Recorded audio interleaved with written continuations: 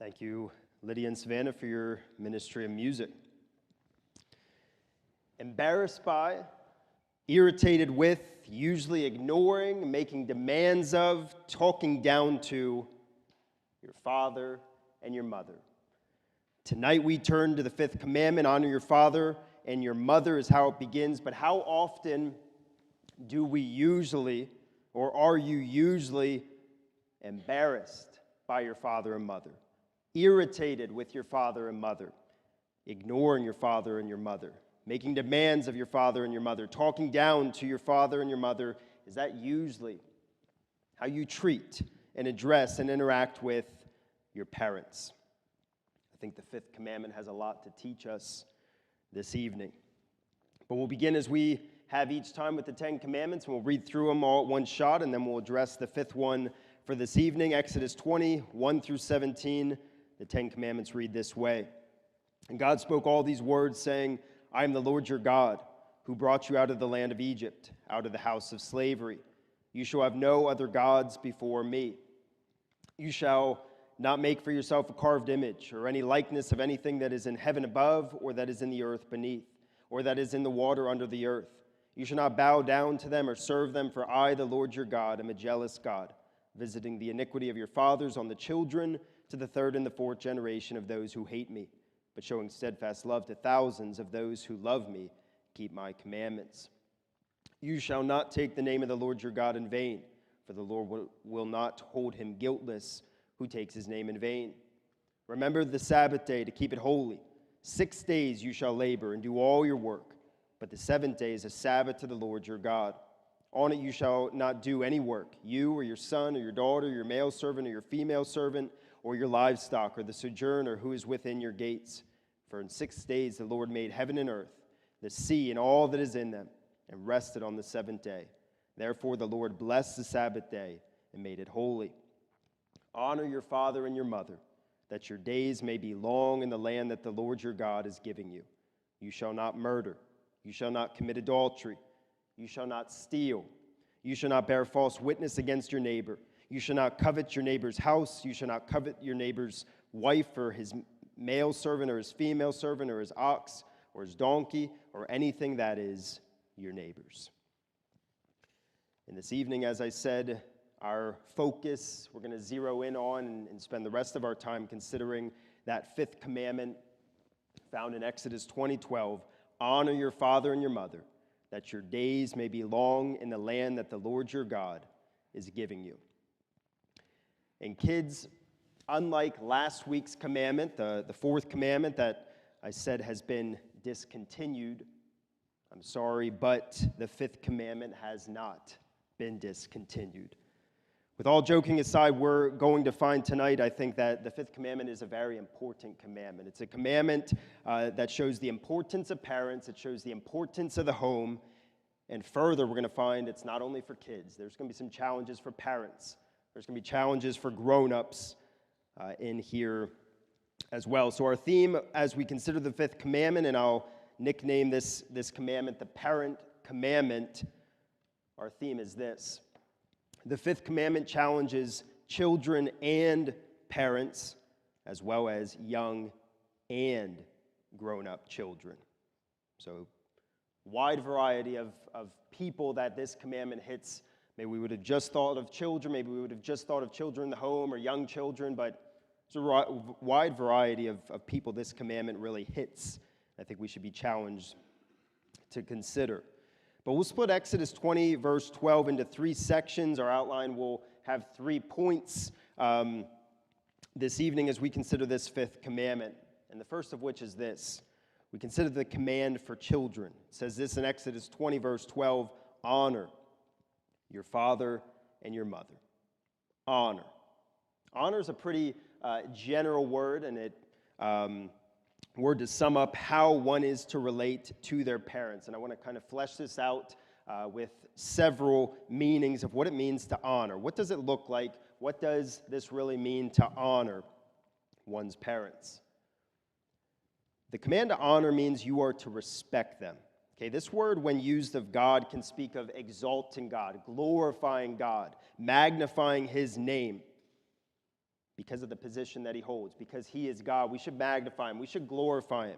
And your parents also stand in a very special position. Just like God is in a special position overall, so we should glorify him. We should exalt him. Your parents also are in a special position, not as God, but as an authority figure in your life. They are over you.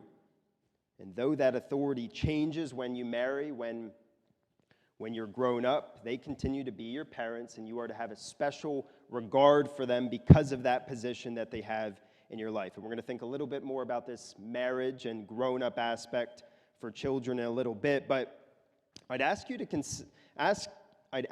if you acknowledge that unique position that your parents have in your life. Your respect of your parents is revealed in how you talk to them.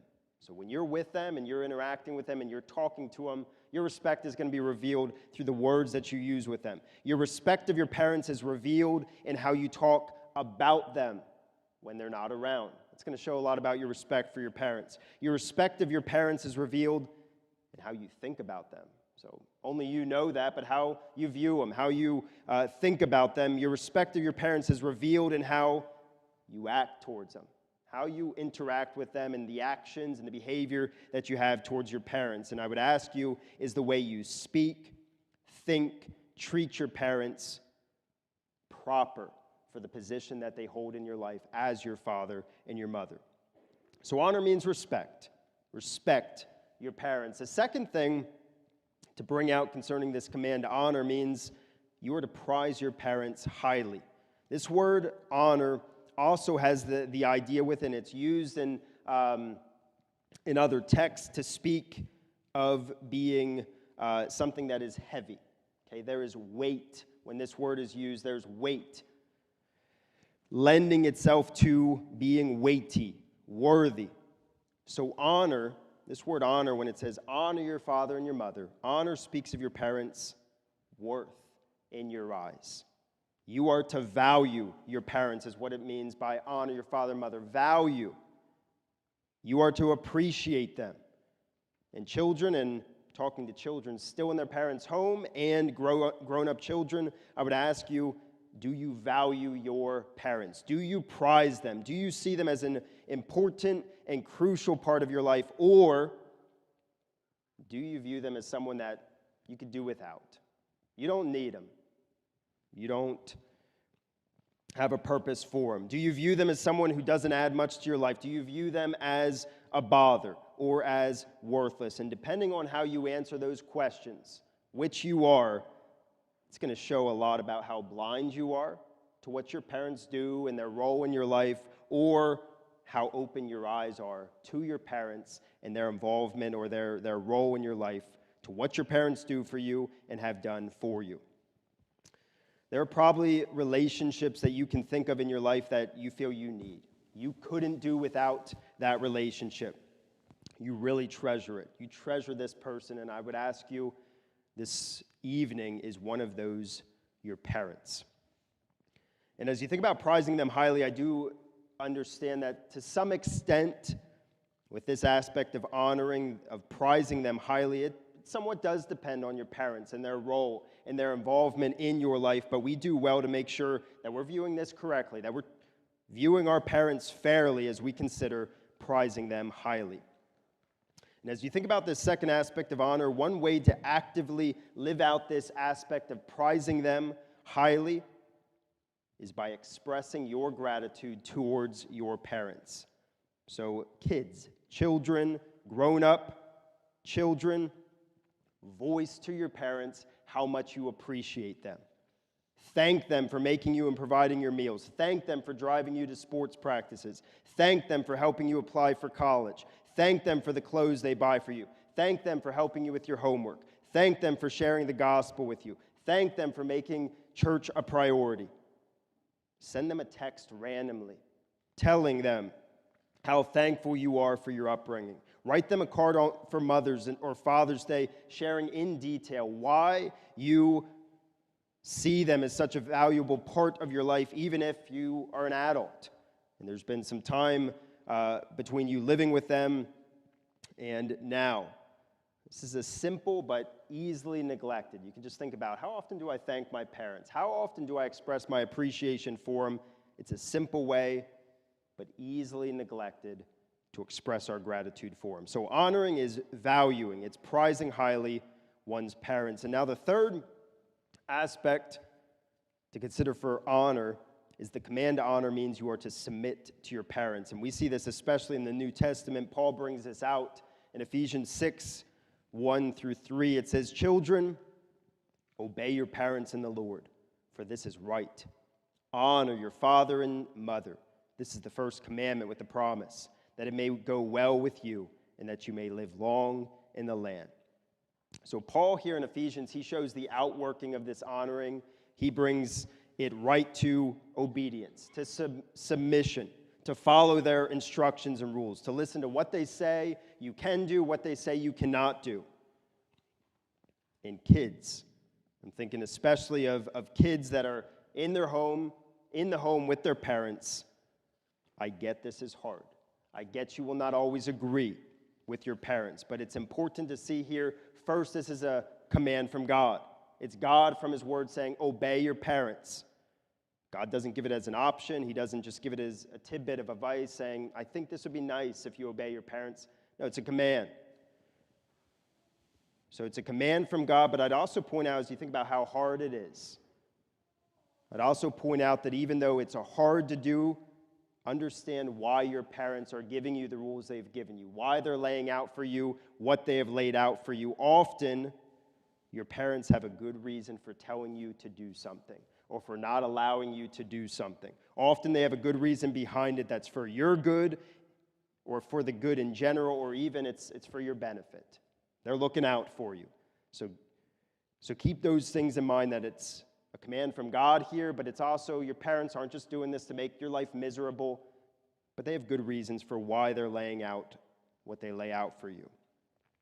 Now I want to pause for a moment as we consider this obedience aspect, this submission aspect, and consider if all children, any age, grown up, even parents of their own children, are they to obey like a child or a teen? So I say the third aspect is obedience. Should all children, no matter the age, no matter their situation, should they be expected to obey their parents, listen to everything that their parents lay out? With this third aspect of honoring, the obedience aspect, I would say it changes for adults. It changes, especially when marriage happens, or if marriage doesn't end up happening, it changes when adulthood comes. And to bring out one text that I think speaks to this is Genesis 2:24. It says, "Therefore, a man shall leave, separate from his father and his mother, and hold fast to his wife, and they shall become one flesh." So when married, there becomes a new relationship that is the most important relationship in one's life. A separation takes place between the past most important relationship, and that was with your parents. There's a separation, and a man and a woman get married. They're no longer connected to their parents in the same way. So adult children are not under the same regulations of obedience, but listening to your parents can be a very wise thing to do. So even though the same expectation of obedience, it changes. It's not the same as when you lived or were growing up with your parents. Listening to your parents can be a very wise thing to do. And even the teachings and the wisdom gained from your parents in your younger years can benefit you the rest of your life. You may still continue to listen to their advice, their guidance, the things that they brought you up in. You may continue to go back to those again and again and again the rest of your life, even though you're not under that same direction from your parents. And to bring out one text for us, book of Proverbs. You may know this very well. In Proverbs, there are many father-son passages or parent-child passages where the father is bringing forth instruction and speaking about the value of parental guidance and instruction. And here's one such text that I believe shows us the value of the guidance and instruction for the rest of your life. It's not cut off once you move out or once you have become married. It says this in Proverbs 6:20 through 23. "My son, keep your father's commandment and forsake not your mother's teaching. Bind them on your heart always. Tie them around your neck. When you walk, they will lead you. When you lie down, they will watch over you. And when you awake, they will talk with you. For the commandment is a lamp, and the teaching a light, and the reproofs of discipline are the way of life. I believe these things can be seen as carrying all throughout your life. So not just while your parents giving you these instructions in the home, but it says bind them on your heart always. And then verse 22 says, when you walk, they will lead you. When you lie down, they will watch over you. So it's a continuation of what your parents have poured into your life and have trained you up in. So this parental direction in their words of wisdom can be seen as continuing all throughout your life. Things your parents taught you, you can refer back to, you can follow in your adult years.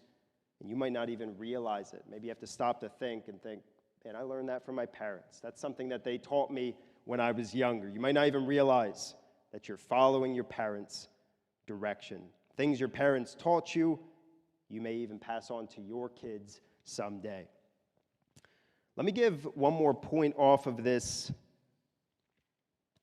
obedience, or two more points off this, this overall section, but one more to this obedience.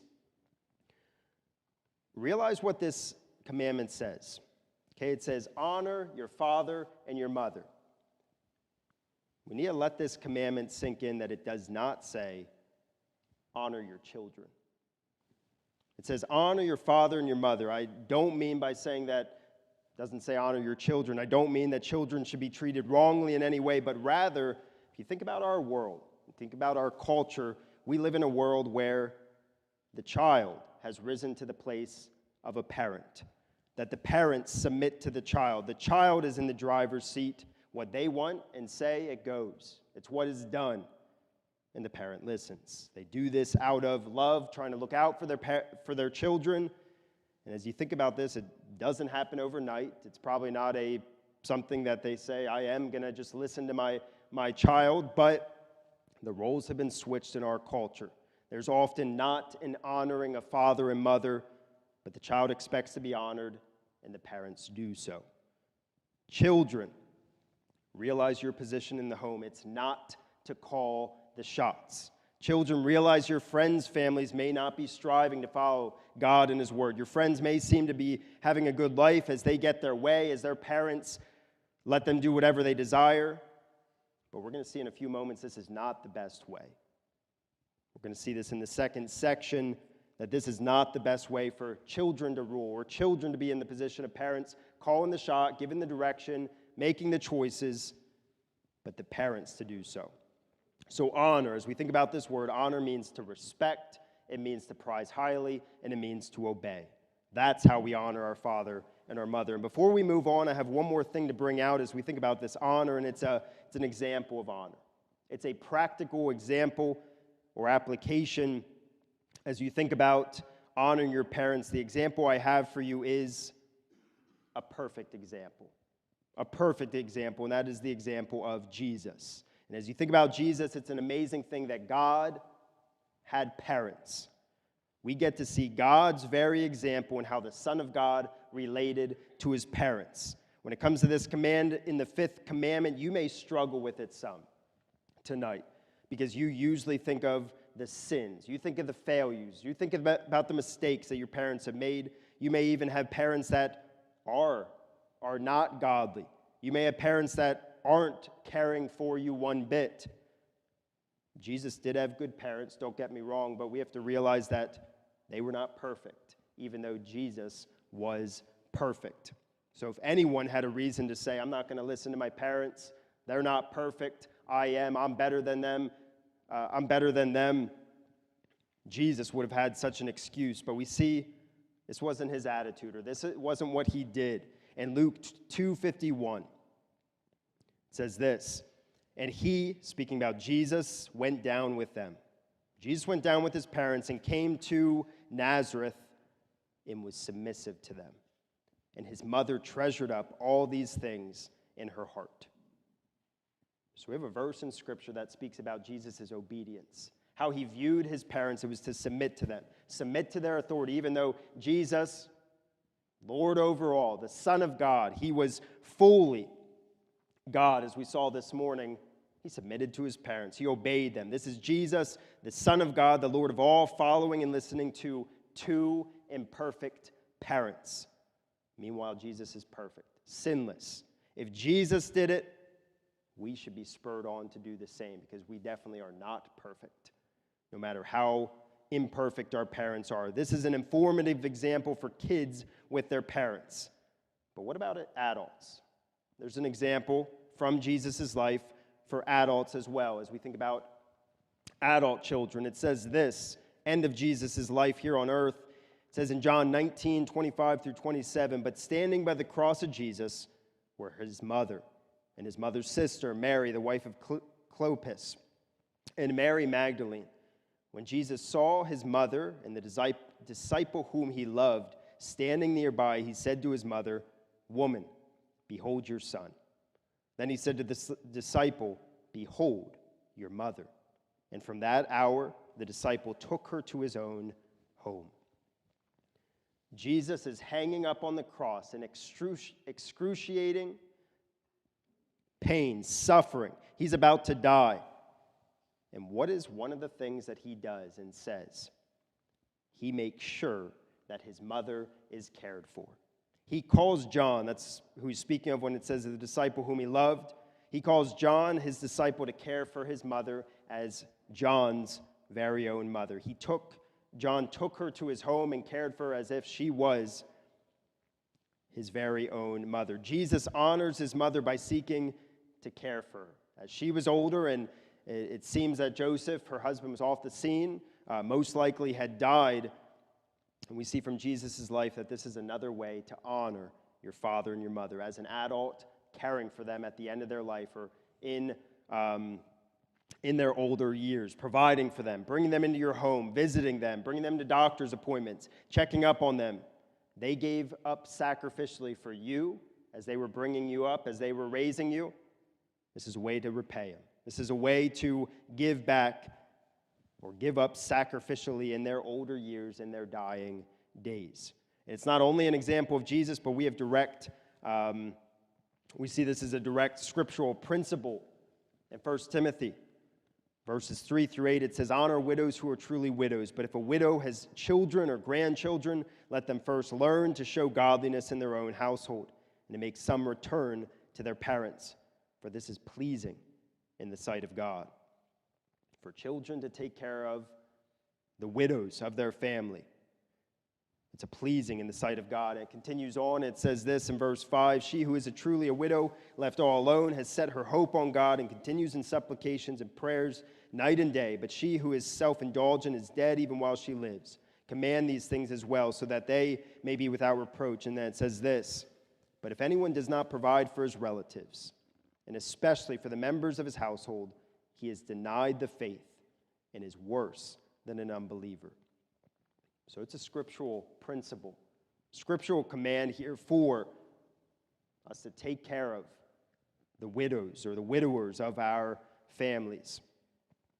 And as I think over specifically the years of me being a pastor here, I've gotten to see on, to some extent, full display of our church, of individuals with their families doing exactly this, of adult children, grown-up children, caring for, honoring their parents by taking care of them, bringing them into their home, visiting them in nursing homes, providing for them greatly, bringing them to doctor's appointments, changing them, carrying them, providing for them, both parents and in-laws. I've gotten to see this on, certainly not to the extent of it, but on full display.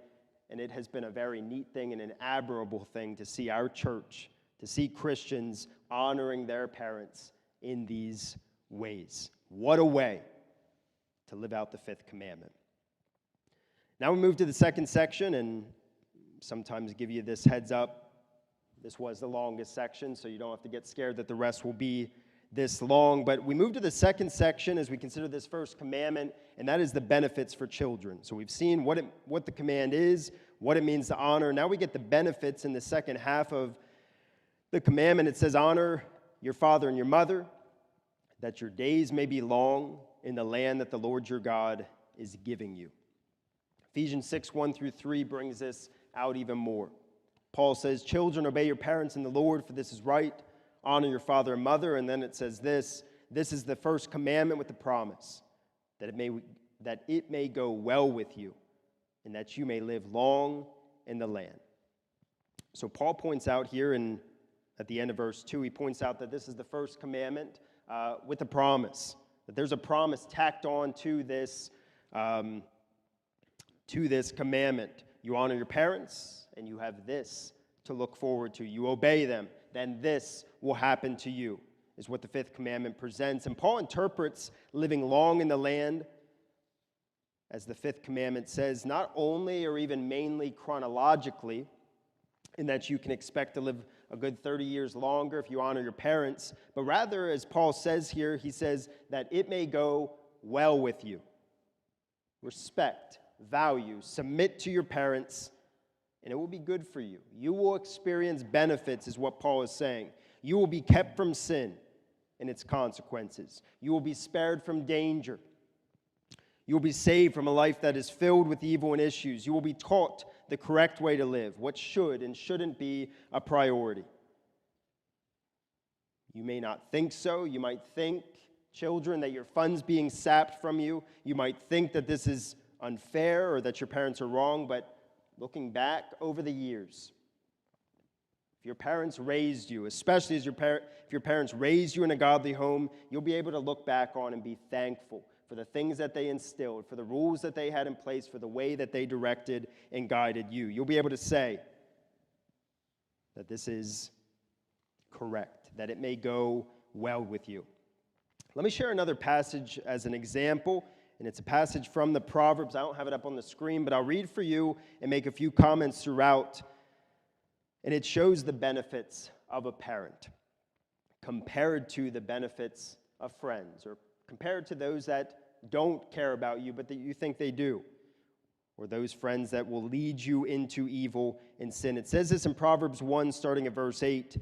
Hear, my son, your father's instruction, and forsake not your mother's teaching, for they are a graceful garland on your head and pendants for your neck. My son, if sinners entice you, do not consent. If they say, come with us, let us lie in wait for blood, let us ambush the innocent without reason, like Sheol, let us swallow them alive, and whole, like those who go down to the pit. We shall find all precious goods. We shall fill our houses with plunder. Throw in your lot among us, and we will all have one purse. Pausing there for a moment, then we'll continue on. In this proverb and in this father's instructions, he is bringing out, or he's giving a command ahead of time, speaking about friends and what they will offer. And it seems that this son will have the opportunity to get rich quick. He will become wealthy, and the father is warning against. He's warning against the friends that he will go after and the things that they will offer to him, the benefits that it seems like will come out from being with these friends. It continues on in verse 15, my son, do not walk in the way with them. Hold back your foot from their paths, for their feet run to evil, and they make haste to shed blood, for in vain is a net spread in the sight of any bird. And here we see the consequences. It's not wealth, it's death. And it ends this way. But these men lie in wait for their own blood. They set an ambush for their own lives. Such are the ways of everyone who is greedy for unjust gain. It takes away the life of its possessors. The father's right in the end. Okay, he speaks about the attractiveness of these friends and what they could offer and what they say they will bring to this son. It may seem like it at first. It might seem like these things will come about. But ultimately, this leads to danger. It leads to death. It leads to bad consequences rather than this wealth, rather than what was offered by these friends.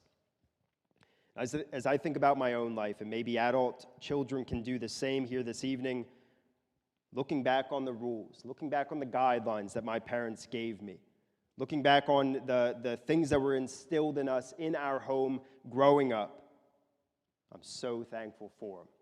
The things we were and weren't allowed to watch, the things we were and weren't allowed to do, and probably in the moment, I can't remember specific instances Or I'm not going to offer specific instances, but I'm sure I didn't agree with every rule. I'm sure I didn't always like everything that was said that we couldn't do. But now looking back on it, my parents guarded me from great sin or great temptation. And I can think of how my parents made me do things like children's choir. They made me do things like Embark. They made me come to church every service, to come to every youth group event. And from this, it was instilled in me a love for God and His Word, a love for God's church that set me on the path that I'm on today. I give my parents a lot of credit for it. Certainly God teaching, God using them in this way, but I'm so glad for parents that establish these rules. They establish these priorities in my life, and I've gotten a great spiritual benefit from my upbringing. The fifth commandment shows there is great benefit. There is great reward. There really is a good life for the one who honors father and mother. Do it, and you won't be sorry. Third section that we'll close with this evening is the challenge for parents.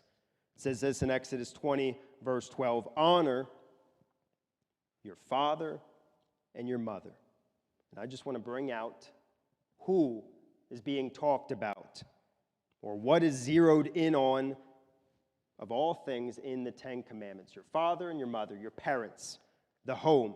The first relationship to be spoken of other than God and Israel's relationship is one's parents, the child and parent relationship. Of all relationships to be addressed, it's the parental and the child relationship that is included in the Ten Commandments. Not king and citizen, not the government and the citizens, or not a teacher and a student, but a parent and a child. And I think we're to see an importance from this commandment that is placed on the home.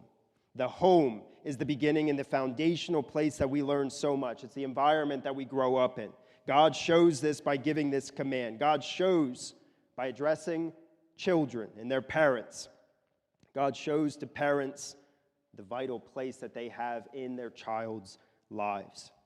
Though this is a command directly to a child, underlying it, I believe there is instruction for the parent as well.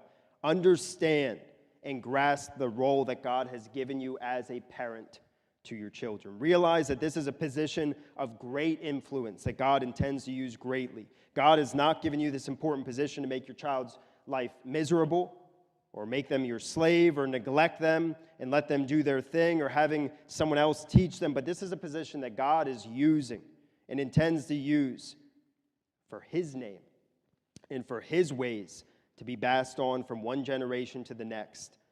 And we see this, and we've seen this in Exodus so far. Exodus 10, 1 through 2, in the plagues. It says this, then the Lord said to Moses, go in to Pharaoh, for I have hardened his heart and the heart of his servants, that I may show these signs of mine among them.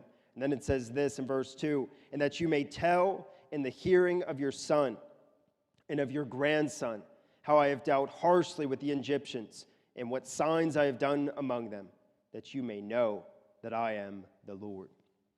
So one of the purposes of the plagues is that this could be passed on to the next generation, that parents could pass on to their son or their daughter, that grandparents can pass it on to their grandson or their granddaughter. God wants His name to be made known through these plagues to the next generation in the home.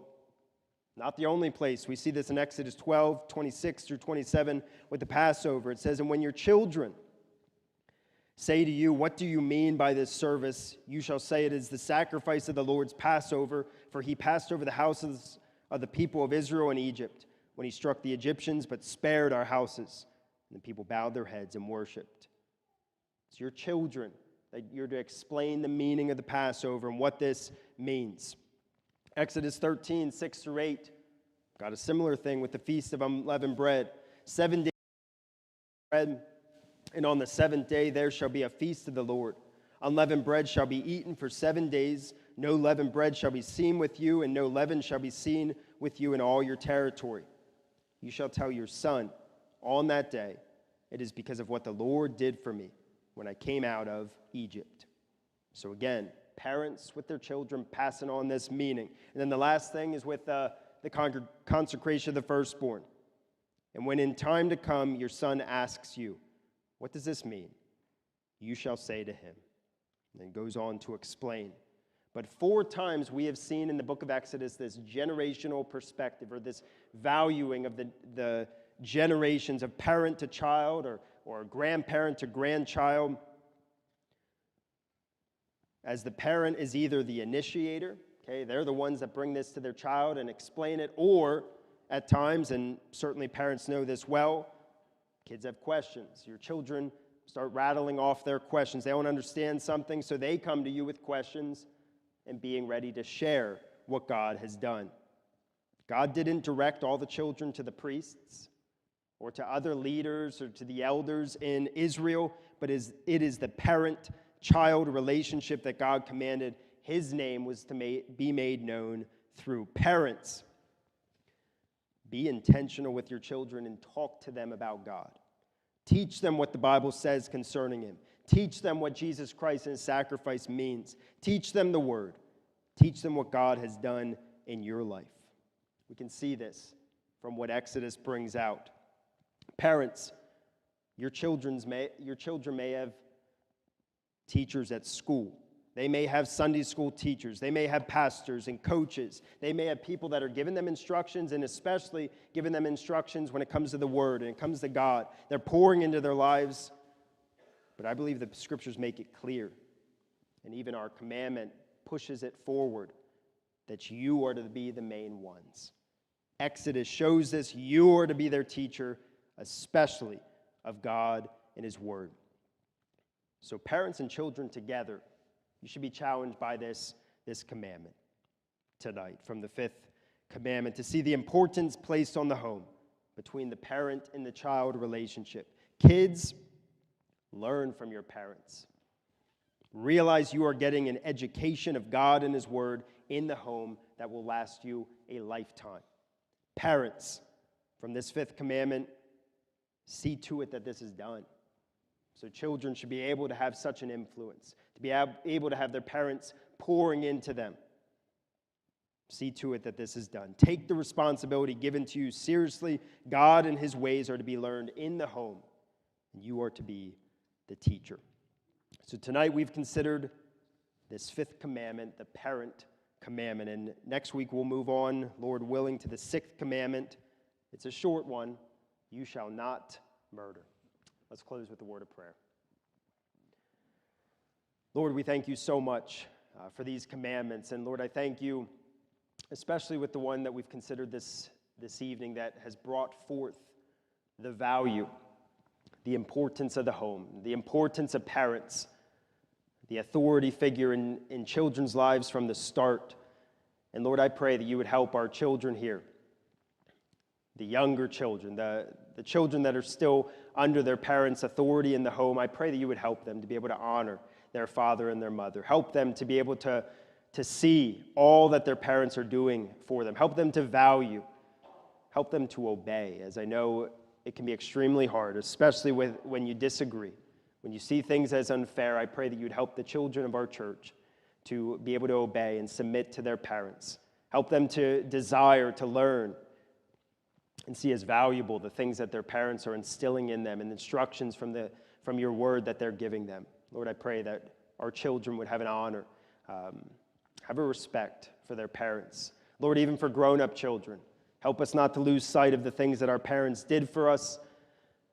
Lord, I pray that you would help us to be able to honor them both in the instruction and the advice and the direction that they gave to us growing up, but even now, help there to be a respect there. But even, Lord, as we think about parents growing older, losing one of our parents and still caring for the parent that is still living, Lord, I pray that you would help us to be able to make such a sacrifice, to give up for them, as we see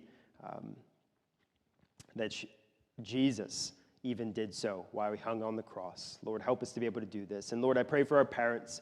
Give them insight into the word. Give them the ability to have wisdom, to know how to guide and direct their children. I know it can be extremely hard to make decisions and tough decisions for your children, of not letting them do things or where they'll go in life. Lord, I pray that you give our parents just great wisdom as they seek to train up their children in the instruction in the admonition of the Lord. Lord, I pray that you would use the home within this church. I pray that you would use the home for your name to go forward. And in your name I pray. Amen. Thank you for joining us this evening, and you are dismissed.